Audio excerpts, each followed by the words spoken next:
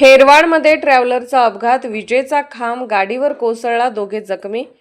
हेरवाड मजरेवाडी रोडवर समोरून येणाऱ्या वाहनाला साईड देताना ड्रायव्हरचा ताबा सुटल्याने 17 सीटर ट्रॅव्हलचा अपघात झाल्याची घटना घडली. या अपघातात ट्रॅव्हलर रस्त्याकडेला असलेल्या 33 केव्ही विजेच्या खांबाला धडकली.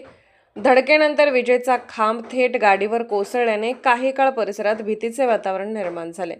या गाडीमध्ये 15 पॅसेंजर होते. घटनेनुसार ट्रॅव्हलर हेरवाडहून मजरेवाडीच्या दिशेने जात असताना समोरून येणाऱ्या वाहनाला जागा देण्याच्या प्रयत्नात चालकाचा ताबा सुटला. त्यामुळे वाहन रस्त्याच्या कडेला जाऊन विजेच्या खांबावर आदळले. धडकेची तीव्रता इतकी होती की खांब तुटून गाडीवर पडला.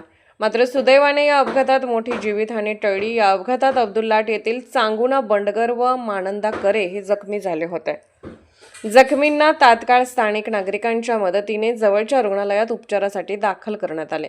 त्यांची प्रकृती स्थिर असल्याची माहिती मिळाली आहे. दरम्यान अपघातामुळे काही काळ वाहतूक विस्कळीत झाली होती. तसेच विजेचा खांब कोसळल्याने वीज पुरवठाही खंडित झाला आहे.